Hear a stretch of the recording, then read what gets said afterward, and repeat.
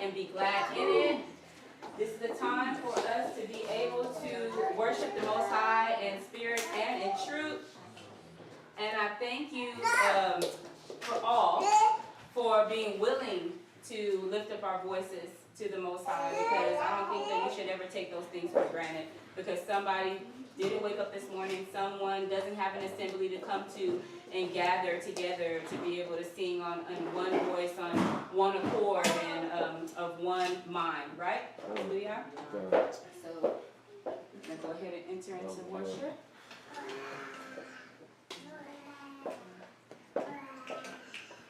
All other gods, they are the works of men, but you are the Most High-Yah. There is none like you. All other gods, they are the works of men, but you are the Most High-Yah. There is none like you. You are the Most High. You are the Most High-Yah. You are the Most High. You are the Most High-Yah. You are the Most High. You are the Most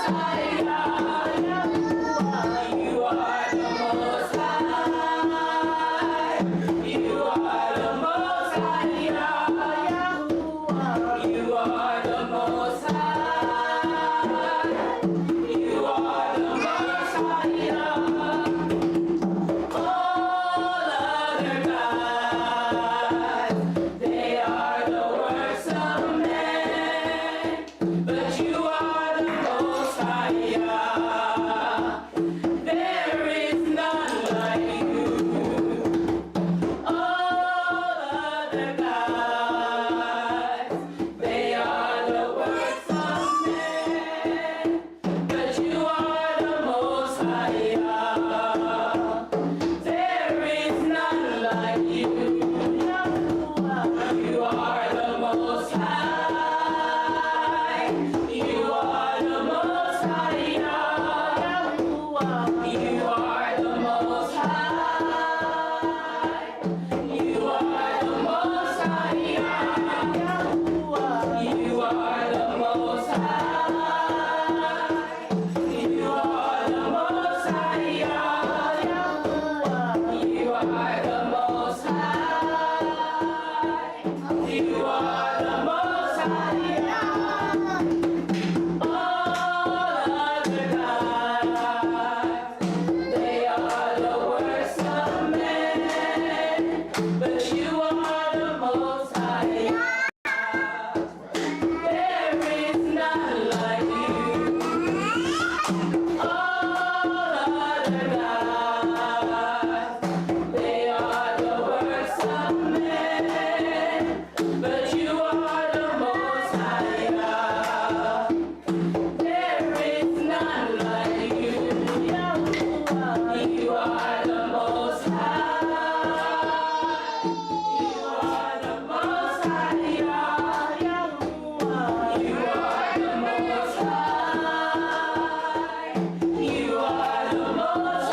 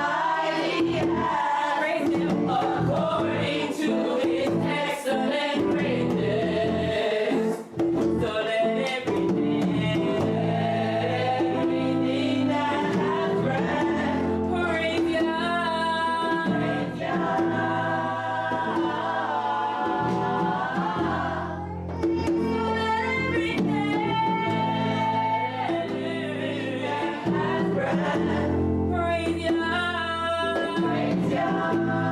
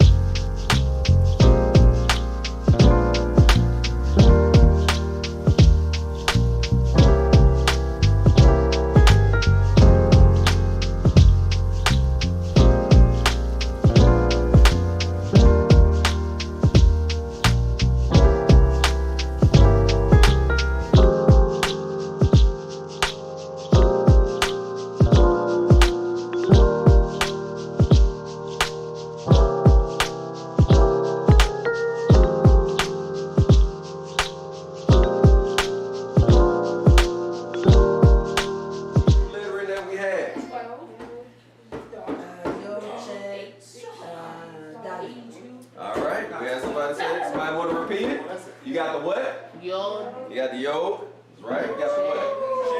Got the tent. You got the what else? Dollar. Dollar. And what did that sound like? Yaka. We'll go with Yaka. Hallelujah. All right, anybody remember kind of a gist of what we dealt with last week? The religion. Yes, we definitely did deal with the. When last week went into detail with some of the Willie Lynch letters, right? It was. I ain't gonna pray, y'all. For me, it was a game changer. I don't know how it was for y'all. How it was for y'all? Oh, it was really good. Yeah. Yeah. Heartfelt. Yeah. It's interesting to see the how should I say it, the diabolical plan.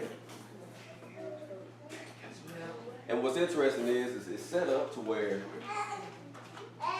the thing that gets to me is it's set up to where he said it's set up on an axis. That was the weird part. It's like setting those spinners and they just spin forever. And everybody remembers the 300-year part, right? Everybody says, oh, he'll go 300 years. But remember in there it said what? It went past that. It's going past that, like thousands. They said thousands of years. Most people don't remember that aspect of the Willie says. He said thousands. It'll keep the same thing, the same mindset for thousands of years. And guess what? A lot of that is still happening today. Right? So we looked at some of the scriptures. Of course, we went back to the overall idea was to deal with what? Because this is Yakad, and Yakad means Unity. Okay, so in this particular instance, what we're looking at historical unity. Now we said, of course, it doesn't start with Willie Lynch. We went back to where? We went back to where? Where did we go back to? Remember where we went back to? We said, where did it start with? Say it again. How to break. No, we said, where did it start really? Disunity.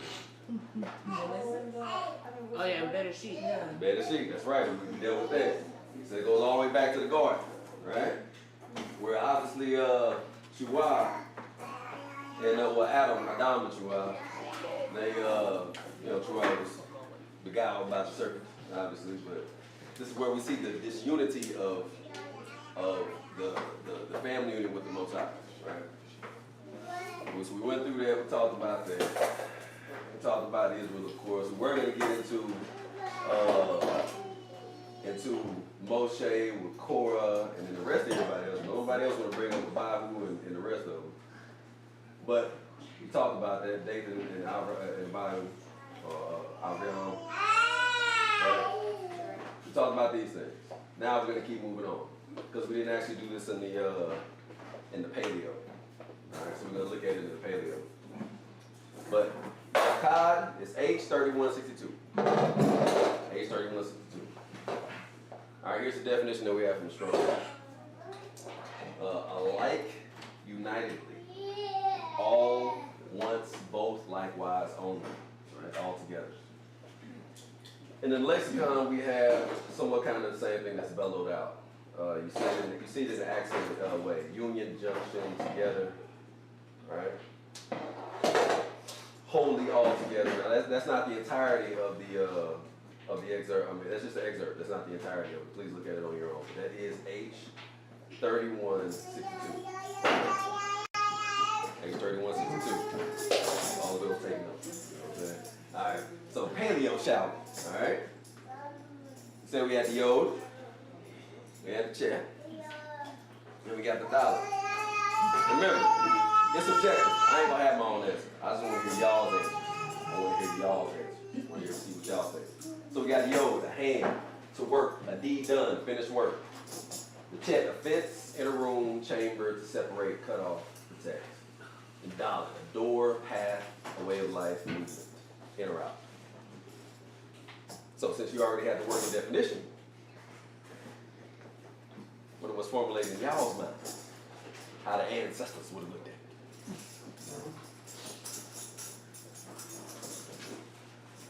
Same old one. Let y'all stir on it. Anybody want to take a jump at it? Stab at it? Look at it? I don't know where the first. What you got? Go ahead, Texas. Okay. A finished work to protect a way of life. So you're saying unity is a finished work to protect the way of life. I would say something about I'm going to say a work to protect a way of life. Work Our hands or work to protect. to fence. It takes a work to, the unity takes work. It does take work. That's actually a good one. It does take work. Finished work too. You know what I mean? So no matter what, we all know we want to deal with the closest unity, which is the man and the woman. Most of your elders would say that takes work. I heard them say it. In my hand, ain't my work. Anybody else? We good? Because I like that. We'll go with that, right? What we have. All right. So now we're going to move over to another perspective. We're going to move on to another perspective when we're dealing with unity. All right? Because before we can look at things from a historical standpoint. So now we're going to look at it from another perspective. I'm going to see if y'all can just see it. I'd rather y'all just see it or get it in your ruach versus me just always having to say it, right? Or anybody having to say it. Who was the person that made that quote that said, the master of faith? Anybody remember? You ever heard that? Someone's talking about, you're the master of faith. Master of your own faith, yes. You know the full quote. But that's good though. Because you remember that. Some people remember that, right? See, here's this person. His name is William Ernestly Henley. Poet William Ernestly Henley said, I'm the master of my faith. And I'm the captain of my soul. That's what he said. Now, what's interesting is the rest of that, if y'all already read. He penned these words in his Invictus, which is unconquered in Latin. And here's the interesting thing, right? He said, after years of painful tuberculosis, TB, infection of his bones, eventually losing his leg to disease. Y'all are reading that. I didn't make that up. But I thought he said he was a master of his faith. just saying if y'all read the same thing. Yeah, okay. All right. Master of your faith, right? So let's see what the Bible talks about with that. Now, of course, you can have a for and against on this. Obviously, I think it's an intellectual thing. You can have a for and against on this, right? But I'm just going to go with the against. against for now, just for the sake of the time. Go be against. I'll let y'all do the forward for that, all right? On your own time.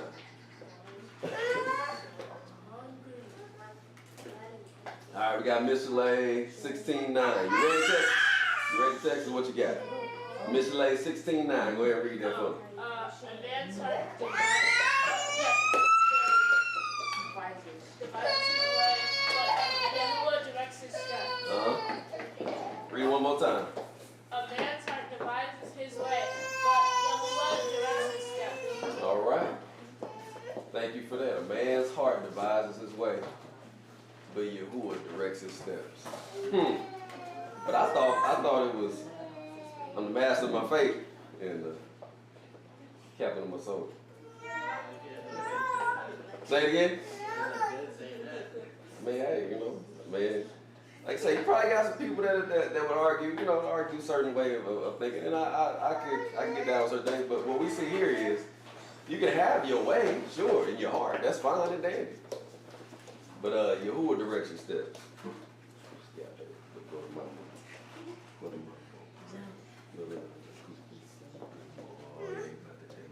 I love you. All right, we got Yirmiyahu 10 and 23. 10 and 23. All right, Matt, you got me? Go ahead. Oh, Yahuwah, I know that the way of man is not in himself. Mm-hmm. It is not in man that walks to direct his steps. You said it's not in man? I mean, fact check me. I don't know. Maybe I typed something in wrong with Yirmiyahu 10:23. Please let me know. I'm being serious. It wouldn't be the first time.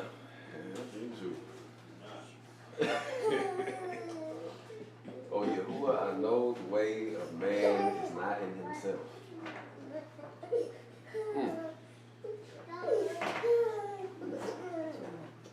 I'm just a sinner saved by grace. I don't know about y'all. I know that.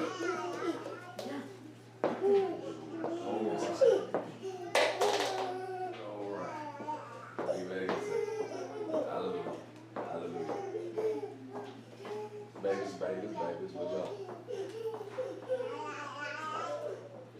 All right. So, it's just some groundwork, y'all. Because if you're dealing with the idea and the aspect of unity, you gotta lay down some groundwork, right? You have to. Because you may think that you're the master of your own faith. You may. I mean, which is fine. I mean, think however you want to think. To be honest with you, but we just gonna see these things and we're gonna go and jump off from there. All right. So let's look at some other stuff, some groundwork. Proof is where did he take us from as far as mindset? I messed up on that sentence. Y'all forgive me. See, I made mistakes. In other words, the idea is, and this question is, where did the Most High take you from as far as mindset in the aspect of unity? Where did he take you from? Or just in this faith in general, where did he take you from? Or you said maybe like, as an example, how we did things before coming into the faith, maybe we didn't trust one another. Maybe we, You know it. we didn't trust one another, and it was all about us and getting our things done. And it was about us. But when we came into the faith, and knowing the Most High, there was a unity. He took our minds, and it's like we become one mind because we're reading His Word, and our minds are being changed. Come on. We used to say what old way of saying things is, we just what in the barrel? I'm gonna let y'all finish. We just what in the barrel? We just what in the barrel? Take it. Come on, man. Hey, you already know the deal. All right. Fish in the barrel. I mean, hey, unless you're shooting them in the barrel, I mean, some people say that, you know what I'm saying, back in the day. It's like shooting fish in the barrel. Somebody say it used to be an old saying. But yeah, for the young ones, crabs in the bucket or crabs in the barrel, right? It's the idea that like, a lot of times you don't want the one crab that's almost about to get out of the bucket, right? One crab's about to get out of the bucket, what happens? He used to pull it back in. And it's interesting that you're saying it like this, right? Because it's an individualistic way of thinking, but it's interesting how, like, to me, so far from what I see in the scriptures, we have a spirit of unity when it comes to doing something. You know what I'm saying? Like if it's doing something kind of like an error, a lot of times we got that unity right there. That's just weird to me. That's because you don't want to get caught by yourself. Yeah. Get caught by yourself, man.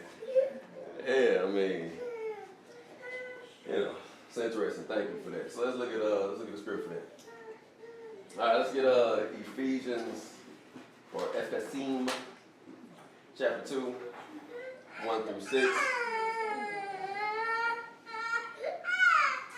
All right. Let me get somebody to read. Hear me out if you don't mind, please. Loud and proud. Outside voice. Ephesians 2, 1 through 6. Yes. And you has he quickened for who were dead in transgressions and sins, wherein in time past ye walked according to the course of this world, according to the prince of the power of the air, the rock that now works in the children of disobedience, among whom also we had our conversation in times past in the lusts of our flesh, fulfilling the desires of the flesh and of the mind, and were by nature the children of wrath, even as others. But Yahuwah, who is rich in mercy, for his great love wherewith he loved us, even when we were dead in sins, has quickened us together with Hamashiach. By grace ye are saved, and has raised up together and made us sit together in heavenly places in Mashiach Yeshua. Thank you for that. Among who we all had our conversation at times past in the lust of our flesh, fulfilling the desires of our flesh, and of the mind. And of the mind. Which is essentially your, I'll tell you, man. That's what we were. But the Most High thought it was fit to pick y'all. Choose y'all. To wake up out of that slumber, and out of that sleep. And at the beginning of that, he says he quickened you. He didn't take a long time, did he? I mean, y'all just, you take the time you walk through, you just sitting up here like, man, okay, you know. All right, and then at the bottom it says he's quickened us together. So before it was just you alone, and then now, you see how we're going to see this unity it's going to be, this is interesting, y'all. This is some interesting stuff, right? All right, and seated us in heavenly places with you, Shamashiach. All right. What does the ancestor keeper say? And but best believe, remember, this is a conversation. So if y'all want to jump in, it's like normal. Y'all can go jump on in. But we'll keep it moving. Oh yeah, y'all know me. All right. So keep for Rishon, chapter 2, 1 through 10. Anybody want to read? Please, by all means. 1 Peter 2, 1 through 10. Wherefore, laying aside all malice and all guile and hypocrisies and envies and all evil speakings, as newborn babes, desire the sincere milk of the word, that ye may grow thereby. If so be have tasted that Yahuwah is gracious, to whom coming as unto a living stone, disallowed indeed of men, but chosen of Yah and precious, ye also, as lively stones, are built up a spiritual house, a holy priesthood, to offer up spiritual sacrifices acceptable to Yahuwah by Yahushua Hamashiach.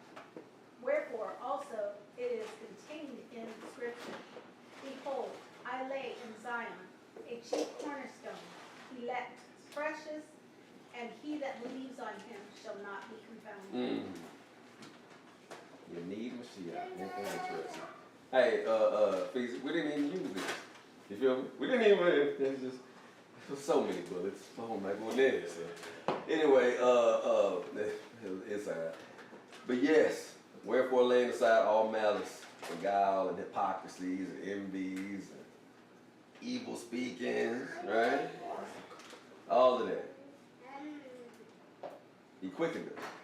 And then at that point in time, we became newborn babes that desired the sincere milk of the word. Y'all remember that time? I ain't got to go and explain it. Y'all remember that time when you was just hungry I mean, just, and what with babes, right? It's like, at least when they first born, man, they get that milk. They get that milk every what? 3 hours. Oh my goodness. You probably at work. And, I mean, I'm just saying that's how it was back then. You know. Anyway, he built us up, and I love how he said the spiritual house. Obviously, of course, holy priesthood, and we know who he's talking about, who he's talking to. But you can't do it without Yahushua Mashiach.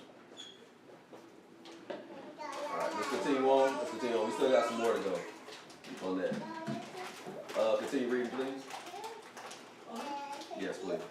Unto you therefore which believe he is precious, but unto them which be disobedient, the stone which the builders disallowed, the same is made the head of the corner, and a stone of stumbling, and a rock of offense, even to them which stumble at the word, being disobedient, whereunto also they were appointed. But ye are a chosen generation, That's right. a royal priesthood, a Kodesh nation, a peculiar people, that ye should show forth the praises of him who has called you out of the darkness into his marvelous light, which in times past were not a people, but are now the people of Yahuwah, which had not obtained mercy, but now have obtained mercy. Yes. Now it's good for all of us to look at it individualistically. You gotta look at yourself, right? You are responsible for what it is that you do. You gotta take the steps ahead of yourself. But this looks like what? This looks like one person, or does it look like a few people? Or does this look like a group of people? Does this look like a group of people? I'm asking. You see what I'm saying? Holy nation. Nation. When it's just a husband and a wife, it's a clan. That's a clan. Then we talk about the village. And then we talk about nation. You know, it's steps to this. It's levels to this. Alright, cool. Think y'all got that. We're gonna go ahead and press on. And we're gonna press on to some more recent history. Y'all like this? It's always good to sprinkle this in. We've already proven that there's a concerted effort for us to be disunified. It's already done. We've already talked about that. But let's look at another flavor, okay? Shall we? Some more history for our Yaladim and for ourselves. Let's believe that. All right. Does anybody know what FBI stands for? Okay, y'all know. Okay, I should have asked the youngins. Anyway, thank you. All right, so we got the Federal Bureau of Investigation. The FBI, right, refers to the national government of the United States. Bureau is another word for department or division of government. Investigation is what we do, gathering facts and evidence to solve and prevent crimes. And best believe, before I even go to this, there's this whole idea of preventing crime is about to get to be even more serious, y'all. Y'all seen the movie Minority Report, right? Pre-crime. Pre-crime. It's really with AI now. It's about to start kicking off in a way that I would think that it's illegal, right? But they've already had this stuff in the works as far as the ability to prevent crime. It's already, documented and all of that. So if it's already there, then they can just use something that was already set up from before. Yeah, I think there's already something about your thoughts. Like I think there's a lady in England. She was praying, or she was thinking about doing something, and then she got arrested for it. For thinking about praying, or thinking about doing something. That's crazy. Yeah, I mean it's coming out. Like, and this is supposedly going to be dealing with not necessarily like how they kind of made it a little what's the word?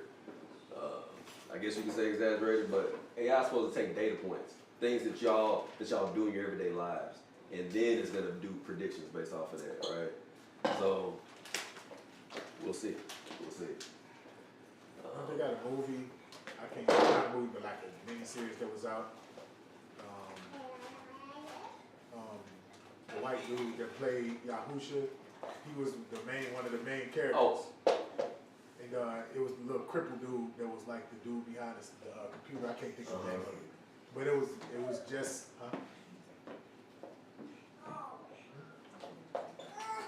Oh, the disabled guy. Yeah. Appreciate it. Basically, the gist of the show was they had cameras everywhere. Yeah. And the cameras would focus in on people. And like you said, we use data points as far as like what you do in your everyday life. Right. But it also looked at your record, your history. Kind of like what China's doing. Like, Yes, right now. So like it looks at like, okay, Yes, sir. this guy is a professional, he works, he makes this amount of money, but he's having problems in his family, and every day he's changed his routine. And now he's going he went to a gun store yesterday, he did this, he did that. It's a high probability that he's going to rob a store or he's going to shoot up a school or something like that. And that's what that was the mini-series was about that. If I get the name of it, I'll get it. You know what I'm saying, man. You know what, can I say something? When I worked at a hotel, I'm serious, and I was the manager, I was standing behind the desk, and the police came up to me, and this is literally what they told me. They said, yes, we're here, you have a guest staying in the hotel, and we need to talk to him because we're here to prevent the crime that he was gonna do in the future. And I was like, what? Is this like some science fiction kind of stuff? You're here to arrest him for pre-crime. My goodness. I'm serious. How long ago was this? This was back in 2015, I think, not 2015. It was before I became a flight attendant again. So it was about 2015 when it seemed like there was a whole bunch of stuff going on. Like there was I had a whole bunch of military doing war games, doing secret games and stuff like that. A whole bunch of people, and they would tell me stuff. And that's the guy, during that time, that's when that one guy, Jeff Allen, and I threw it away. But gave him his card. He came up to me and he gave me his card and he said, if you're anywhere in the world, wherever you are, if you ever get into any trouble, use this card and it will get you out of trouble. My goodness. Yeah, and I kept it all these years. I probably got rid of it maybe like 2 years ago at my first house because I was looking at it and I showed her and I was like, you're in another country, you know what I'm saying? I'm going to get rid of this because why do I have it in the first place, you know, and what power does these have? Because, what are you going to have to do in case you get into a situation in another country? What are you going to have to do to repay that? Yeah, that's the thing. That's the thing. Yeah, that's the, you know. We're coming to cash in on the things. See that there's a number of times you use this card. Right. I got rid of it. At that point, I was like, you know, why have I just held on to it. Yeah, I mean, I get it, you know. This is what I was given, and I looked it up. I couldn't find any information on it, you know. Yeah. But he was some kind of military soldier, looked like a devil, really. He really did. Walking with his cane, his glasses, and big sunglasses, and I mean, he just told me that for something about me to really, you know, he's gonna do this for me. Oh, okay. I mean, it may be the CIA, one of these little agencies that has that type of jurisdiction from the U.S. all around the world, that they think that they can do that, right? So. And by the way, the show is personal interest. Personal interest. Yeah. I want to say I've seen that. I haven't seen the show, but I've seen the what do you call it, the trailers and stuff. Yeah. That's what's up. Peace. Yeah, the one I was talking about is a UK woman. It says, I don't say her name. She was arrested for the second time for the offense of silently praying in her head near the abortion facility. Silently praying in her head. Yeah, she was not praying out loud. In her head. Where was this? In the UK. UK is one of the places. You know at that corner where everybody can just speak their mind or whatever it is, like they can, it's like a religious. I forgot what they call the word for it, where everybody's just going at it. Right? They got like this little square where you can everybody can just talk. We did a tour around London one time and saw the place. You know, they pointed it out to us, and I saw this is a while back where a cop did walk up to somebody and ask somebody, "Are you thinking this?" And they said, "Yeah, I mean, of course I was thinking this. I ain't did nothing about it." And they said, "Well, come here with us." It was like a YouTube video. It was years ago. I don't know if they probably got rid of the video by now, but UK is something different, y'all. I mean, I say it's something different, but I mean it is like they ain't did nothing like that yet over here just yet. You know, that would be everywhere. There we go. Yeah. You got to talk to some military guys. Yeah. I've heard a lot of stories from cats that when I was in the military that was stationed, making heat and stuff like that. Yeah, it's some demonic stuff. This is crazy, man. Yeah, Pompier. Right. Alright. All right, we're gonna keep it moving. So I get back to doing this duty. You already know. Let's look at an example. Thank God for that. Of what the FBI has done and what it is that they care about. Now, who all knows about? I already put it up. I was gonna say who knows the famous director. Everybody knows the person. J. Edgar Hoover. What did he say?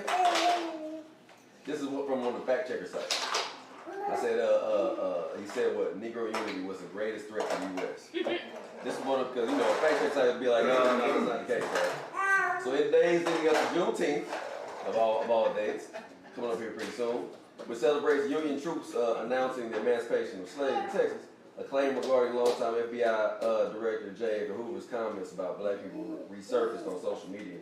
Hoover was the director of the FBI for almost 50 years. This man, I mean, he had done some damage, y'all. If you don't know, you know what I'm saying, history of this dude took out a lot of leaders, okay? And he was, I mean, you know how y'all say it's almost like Hashitan is just infusing these people? You know what I'm saying? It just 50 years? Anyway, working somewhere? Alright, 50 years. From 1924 until his death in 1972. Alright. Say it again? Say it again? Some research. He said what? Yeah, he was black man. He was black? Yeah, dude. Okay. We're gonna find out if we want to claim him. Alright, I didn't say that.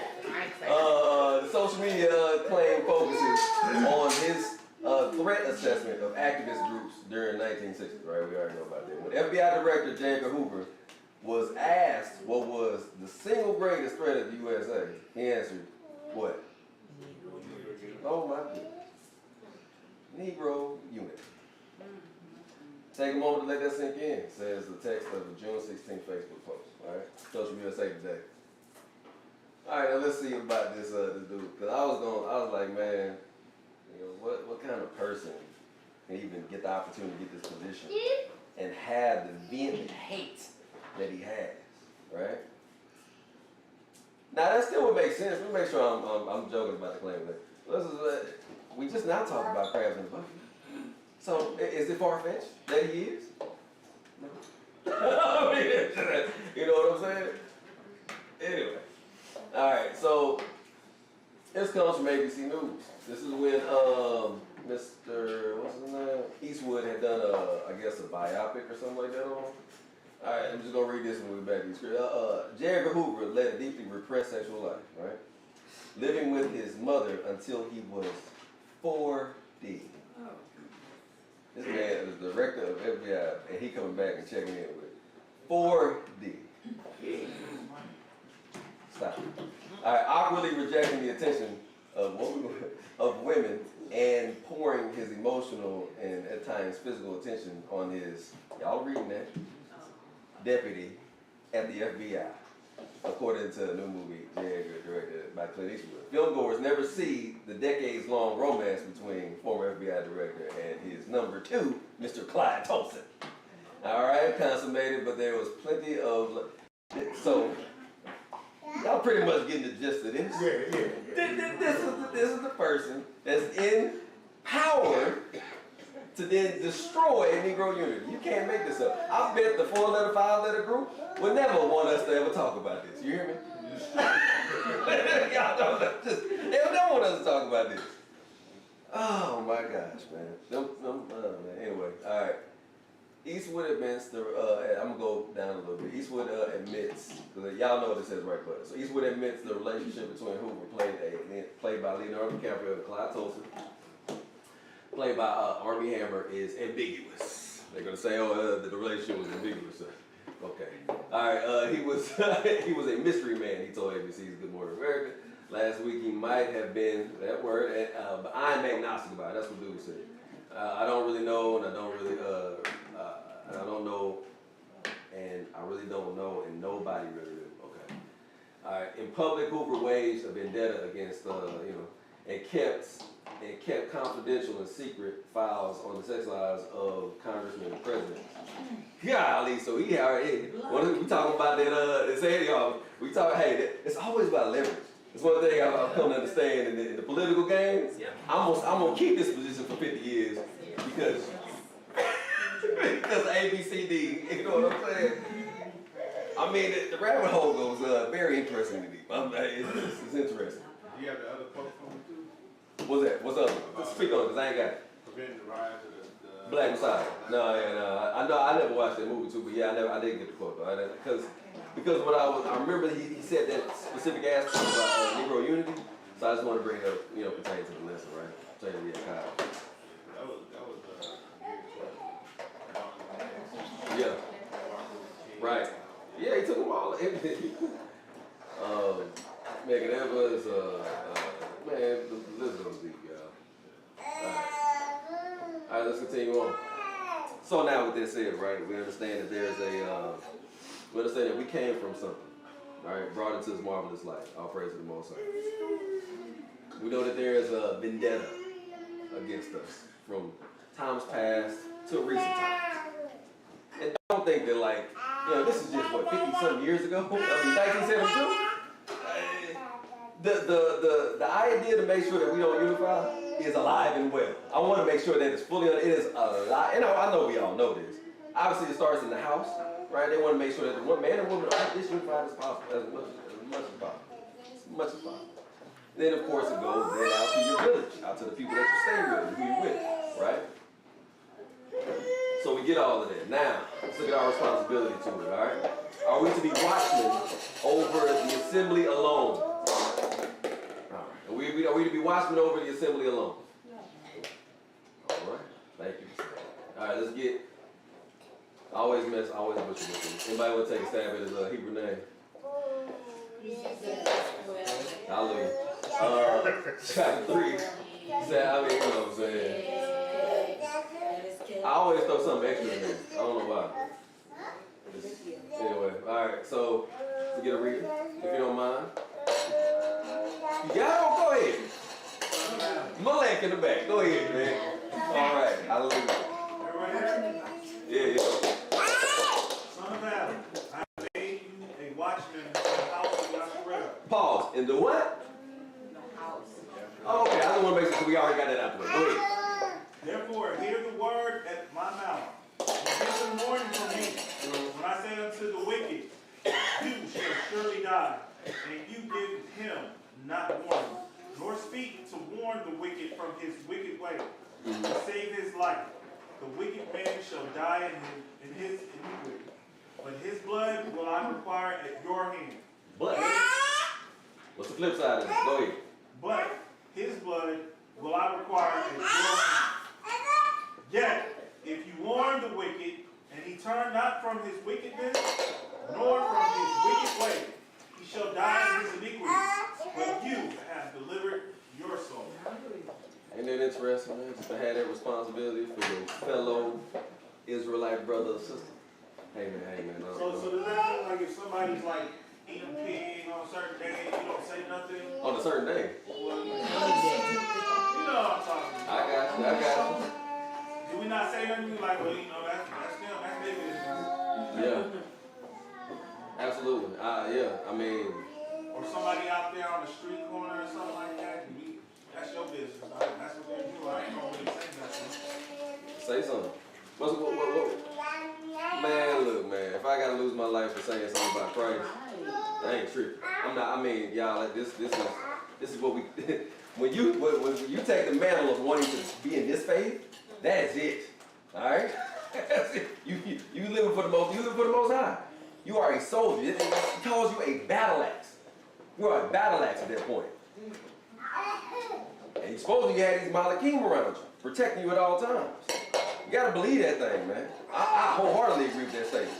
Go ahead. Is there anything else? I'm sorry, I'm with you on that, that's all. When he says that, he's talking about anybody? Are you talking about anybody eating pork on a certain day, you're gonna say something? It's just saying like the people's, like, you, say if you go to like a family event, like I'm saying like your family, blood family that you have. Okay. Right? And they up there and they're like, oh, I always get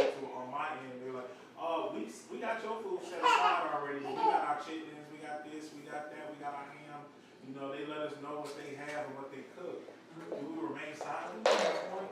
Or we just be like, oh, thank you for the food that you got for us, and then like keep it pushing? I mean, like I said, man, I don't think there's gonna be no issue. Now, let me say this too, because I know I threw it out there. Do you have to be smart about your moves? Obviously so, y'all. I ain't sitting up here saying just go to anybody random, you see somebody sagging, their pants sagging or whatever, you just nah, I mean, nah, if you have the opportunity, you have the opportunity to talk to that person instead of whatever, then yeah, but if you have the opportunity, that's my big thing. If you have the opportunity and it's in front of you, that's different, right? That's different than just like honestly, like being tested, and then you'd rather fall back into just being like comfortable. And y'all know, I know y'all know those situations when you put in those situations, but you're like, I don't know if I want to push, because but when you're faced with it, now you ain't got to necessarily go after it. I mean, you'll get your test. Your test is gonna be your test every day of your life. You gonna say something? Well, that's what I wanted the clarification of. Yes. Because I don't want like people listening to people like thinking that everywhere you go, you know what I mean? Nah, I mean, No. I'm talking about like, no, put that bacon back! Hey, some people are. But could it be though, when we read this scripture from the mindset, right? When we read what this says, we're thinking about Israel, right? Right. And it says you're being a watchman to the house of Israel, right? So I think that whatever that we do has to be intentional, right? yeah. So you have to be intentionally doing that thing. This is not one of you don't ever see in the scriptures that, well, not to my knowledge, that you're just seeing the Mashiach being unintentional. When you went to a place to go speak to somebody or to do a thing, that's a reason. It was an opportunity at that point, right? It was right in front of you. Yeah. I'm coming to say, I came to give a word, I came to say this, and I'm out, right? And most of the time when they were done with him, they weren't sinning anymore. So it's kind of like, or at least they were trying to, or at least either they made a decision to say, oh yeah, I can't do that, I can't give up my money for it, like the rich man type thing, like Right. the sad after he made terrible. Or you're like, no, I'm gonna pick up my cross and I'm gonna go. So I think with our people, it's just hard for us to fathom this situation that we see here, because this is our people dealing with our people versus us being so scattered the way we are now. Like we in all these different like pockets and cities, and most of the people knew who was who. Yeah. Because sometimes you could be looking at somebody and that could be a Hamite. Yeah, Right? possibly. Yeah. And then that's not their custom, and that's not their way, and they don't want to serve your God, and they don't want to, you know what I'm saying? So I do believe that it has to be intentional. You know what I'm saying? Like going out by two by two, or whatever. You know how he tells us to do it, not mobbing and stuff like. I look at it like when you have the direct opportunity, like it's in front of you. It's you said grocery store, right? But I'm thinking, well, okay, what if you had the grocery store with your cousin, and then you with your cousin and y'all going up picking up some groceries, and then he goes to grab it. That's a different situation than just some random person. Because also in these situations, a lot of times the person at least had to be ready to hear, right? The person had to be ready to hear. Yeah. At least, right? Not just kind of like brushing off and shit out anything of that nature, like. Yeah, the same thing, you're right with intentional and with opportunity. Because when I was there in El Paso for my mom's funeral, everybody I had an opportunity. My cousin, nobody, my old friends came over to visit me, and they're sitting there, and I'm sure you all are wondering what it is I believe. And they're like, no. I said, well, let me tell you. So I went ahead and I told them. I told my family when I got up before the church to talk to them. I gave the scripture that you gave me, for the name Yah, so that I could explain to them what the song meant and why I was using the name Yah. So the Most High, I saw that He opened up a lot of opportunities and gave me boldness to speak out to people that I knew, and I told as many people as I could what I believed, unless they were like, yeah, they were really just trying to. Right, which is fine. It is what it is. Right. Exactly. Because thank you. I think I also don't want to be misunderstood. That's the word I'm kind of going for right there. It doesn't seem like I'm talking about forcing anything. Because the last part just says, like, hey, look, you know, you've done what you could. You know, so the Most High ain't gonna hold you to that situation. You've done what you could. Yeah, I was in a situation on Thanksgiving, right? So I was gonna take my cousin to the movies. You know what I'm saying? I was in my aunt celebrating, but so I go to my aunt's house. They celebrated. We got food and everything. First, and some of the friends who were coming over, I guess she had a couple Christian friends who were like into the Bible. First thing she told me, she was like, "Don't you say nothing. Leave them alone." Because she just assumed that I was gonna get on their case about, you know, the whole holiday and then eating and all this other stuff. So Right. I said, "Hey, I'm moving on." You know what I'm saying? So I had to do her that solid. Yeah. She said, "Hey, I understand you respect it and all of that. And just because if I get into one of these conversations with these people, then feelings are gonna be heard, and I guess I'll be the responsible for Thanksgiving or whatever. yeah. Have you ever been into a situation like that though, where you know you do speak up on it, and maybe it kind of gets a little contentious, right? And whatever you leave, but then somebody comes back later and they say, hey, what can I do for you to make sure that everything's taken care of? Like, what do you need? What can I do to make sure that you're okay, right? I see what you're talking about. I see that it's not in the faith and instead of whatever. It's not really in the Bible. And I just want to make sure that you take care of it. Now, and also the flip side of that, which is you are cool about it. You don't really cause no ruckus, no nothing like that. And then the people still take care of you better on the next time because people was treating you kind of like a little bad. You know what I'm saying? That's happened to me. You know, people treated me like at the job because I wasn't eating pork. It's back when I was still a Christian. When we had stopped eating pork as Christians, and it was a whole like back and forth. And I was just like, it's just a choice, man. Like, you know what I'm saying? Like it's just, you know, it ain't my.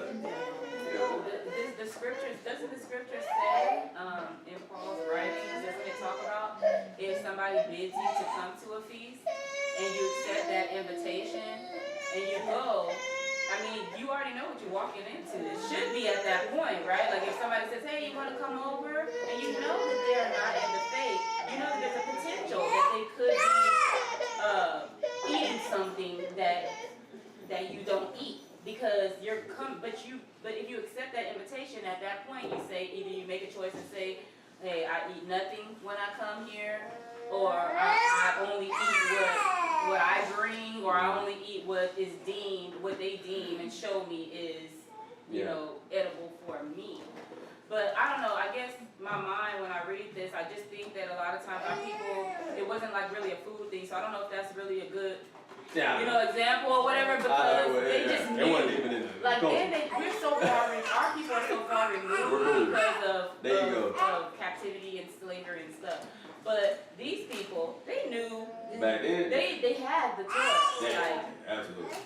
So, I mean, I don't know, I could be wrong, but even at the Brick House Shop Day, still the same thing, same mindset that they had, you know, outside of the northern kingdom and whatnot. But yeah, same thing. I think it's a good question and it's a good topic, a good discussion because it's multifaceted, right? There's a lot of different angles that you can come from, right? You can come from food, you can come from, feast days, holidays, whatever you want to do. But it goes back to what you said earlier. You know, are you professing who you are and what you believe, and are you walking it out, right? People are more inclined to listen if they see your footwork and they say, "Oh, he doing what he's talking about." But if you was, and I got a story behind it too. If they see you do something and you tell them not to do it, who are you? And an example would be, my wife and I went home to my family. And I was talking to my uncle, and he was telling me about my aunt and everything. He was asking me questions because we eat a primarily vegan diet. I eat meat, she don't. I eat meat periodically, not often. And and she do on Passover, but that's about it. So he was asking questions about that. So he was asking me questions about growing organic, and he's like, well, you can't tell that it's organic. I said, that's why I grow my own food too. So he was like, oh man, so you doing it. So he started talking about my aunt. He said, man, I ain't messing with Pam. She up there. It's a dude on YouTube called Yada. And Oh, yeah. this dude, What's it called? Yada. He been around his Facebook days too. yeah, and so I'm trying to how to say this politically correct. This guy inspects waste for parasites to show people that, hey, if you eat meat, this is what's gonna be. Yeah. So she sent my uncle a video. She said, man, he's not in the walk, so he was like, man, she sent me this. I don't want to see that. but his direct comment was, she talking to me about going and eating a burger. I get a bacon cheeseburger, and she wouldn't eat the same restaurant. She got a burger too, but she telling me I need to be a vegan. I need to eat right. You can't try to minister to people or influence people to do good when you're doing wrong. Our parents had it wrong when they say, do as I say, not as I do. Oh man, That's wrong. That's why a lot of us messed up now, because we like, I'm gonna do as you say until I leave, then I'm gonna do what you did. Right. Yeah. You know what I'm saying? But my point is just, it's like you said, we have to profess and walk it out. When they see us walking it out, they may still reject it, but a lot of times what I found in my life is that people will come back and say, yo man, I was just watching such and such, man, what were you saying about this? What were you saying about that? Yeah. You know, because they know who to go to now, because I see you walking it out, so I'm gonna go to you and ask you questions. Yeah. And that's what it's about, being available, because a lot of times people came to Yahusha. They came to him and said, hey, there's a guy cut himself up there, you know, and Yahusha went over there after they made him aware that that guy was there. So a lot of times people came to him. That's Yeah, true. this is So true. So you don't feel, because I think a lot of people are nervous, or they don't have that boldness to just approach people, and you know, and then they feel worthless, and they feel like the Most High is really angry with them because they're not doing their part. You know, Like uninvited, like almost like it's an invitation to come in and come and say, oh, okay, so you calling on me, you telling me this thing, so like, yeah, I would be happy to do this. It's not like you just some random person, like, you know, you see people homeless on the streets and stuff, and they screaming out stuff, and people say, oh, that might be a prophet or somebody like this, but we know that when the prophets did go out and crying loud and doing stuff like that, it was amongst his people. He knew that, I mean, you knew who you were amongst, versus us being in America, maybe it's only 2 of us in a city or something like this. You wouldn't be screaming it to, you know what I'm saying? Like so it's a difference in being invited into that space, because the people know what they're asking for. Exactly. Now when they receive it, when they get it. Exactly. That right there. Yeah.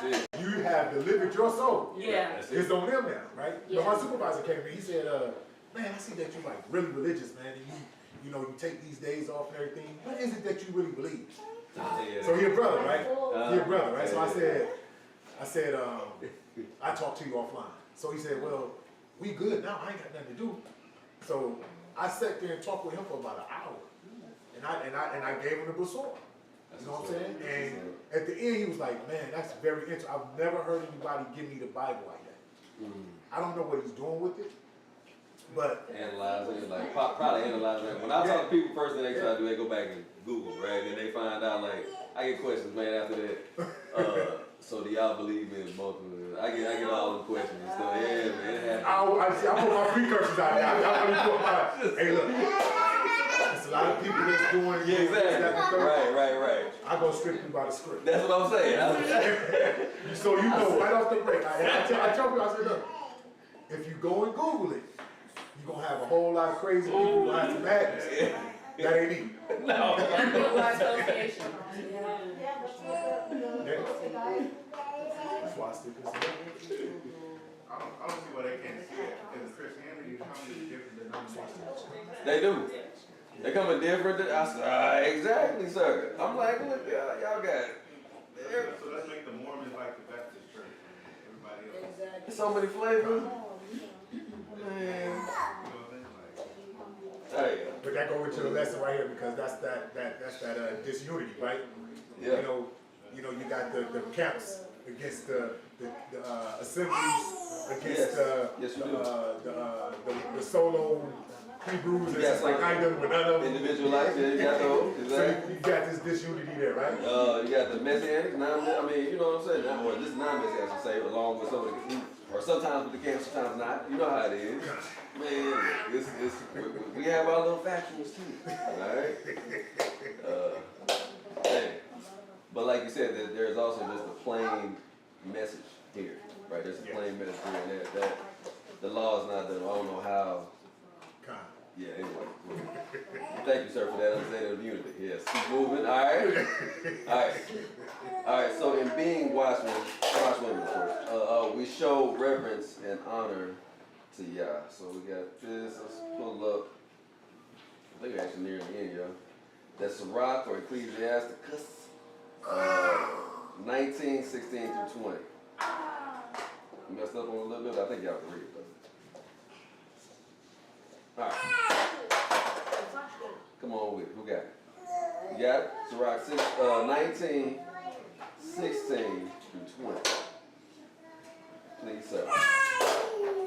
There is one that slips in his speech, but not from his heart. And one who is he that has not offended his son.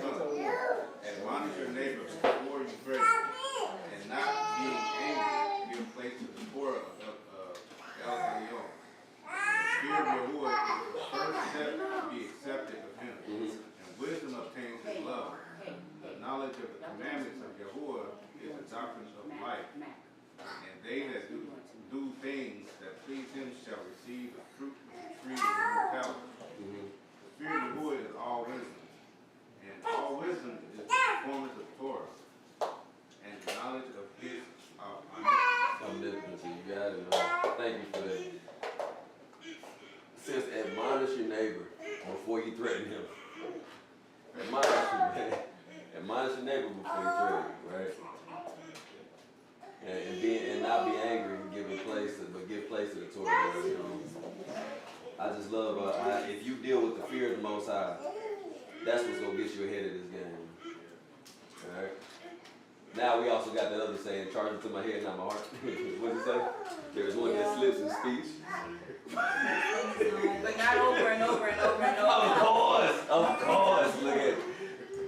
It's an accident, you know what I'm saying? All right. First time is an accident. That's what wisdom comes in, right? Or knowledge or whatever wisdom. Thank you for that. All right, so here's another one I think is good for the totality of us, right? That's Sirach 19, staying in the same place? Yeah. So let's scroll on down to 24. You got that one? Go ahead. Alright. He that has small understanding and fears Elohim is better than the one that has much wisdom and transgresses the Torah of El-Elyon. Groundwork, y'all. We're going to be unified. You got to have that mentality. Somebody that got small understanding, but he's a lot more humble, a lot more meek.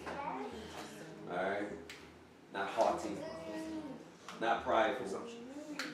Interesting. And that person, because when it seems like when that person perceives that they have a lot of knowledge, right? It's interesting how like that'll take them over. It's crazy how these scriptures start bellowing out stuff that you see right in your face. It's wow. I didn't write this, right? So very interesting. All right. So I think we only got a few of them, and then we'll be out of here. All right. Colossians 3:12 through 14. Isaiah. Thank you. Alright, put on therefore as the elect of Yahuwah, holy and beloved, hearts of mercies, kindness, humbleness of mind, meekness, long-suffering, forbearing one another, and forgiving one another. If any man have a quarrel against any, even as Mashiach forgave you, so also do ye. And above all these things put on love, which is the bond of perfectness. That's it.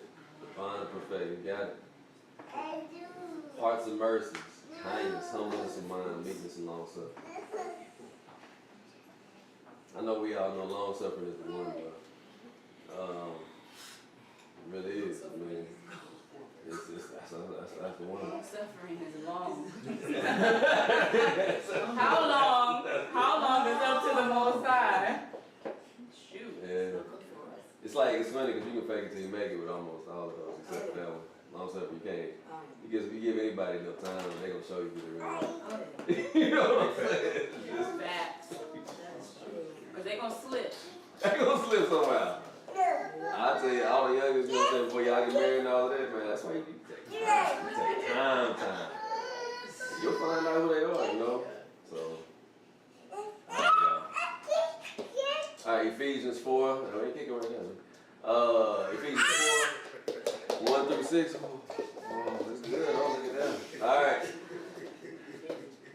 Yes, Matt, go ahead, please. I, therefore, the prisoner of Yahuwah, beseech you that ye walk worthy of the calling wherewith ye are called, with all lowliness and meekness, with long suffering, forbearing one another in love, endeavoring to guard the unity of the Ruach and the bond of peace.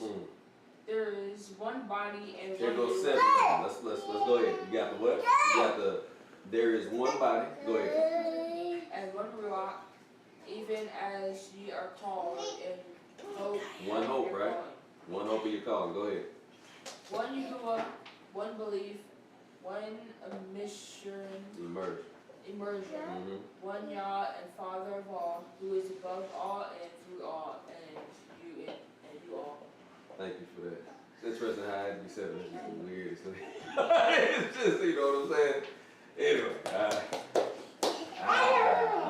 Yeah. One body, one ruach. Even your calling, one hope, and one calling, right? One immersion, one Yah, Father of all.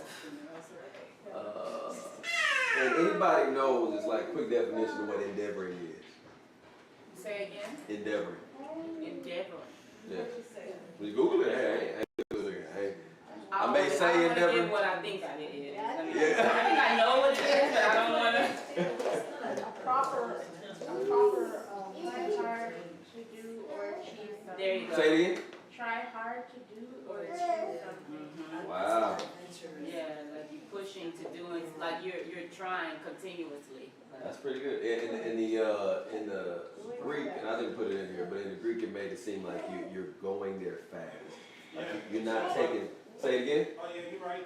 I'm sorry, I'm Yeah. just agreeing with you. It's G4710, and it says to make effort, to be prompt or earnest, Yes. to do deliverance or diligence, to be diligent, Yeah. to labor, to study. Yes. So it's like there's a time element to it, you know what I'm saying? But in other words, you're being diligent, you're going quickly to guard the unity of the Ruach. Guard it. All right, last verse, y'all.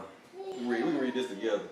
1, 2, and 3. You shall not take vengeance nor hold any grudge against the children of your people. You shall love your neighbor as yourself. I am Yahuwah. All right, let's go ahead and get these last two together as well. 1, 2, 3. Let us hear the conclusion of the whole matter and fear Elohim and guard his commandments. For this is the whole duty of man. For Elohim shall bring every work into judgment, whether it be good or whether it be evil. That's Ecclesiastes 12, 13, and 14. Last one. Here is the patience of the Goshen. Here are they that guard the commandments of Yahuwah, the belief of Yahushua. All right, y'all. Any questions? We can go ahead and end it on out. Friend?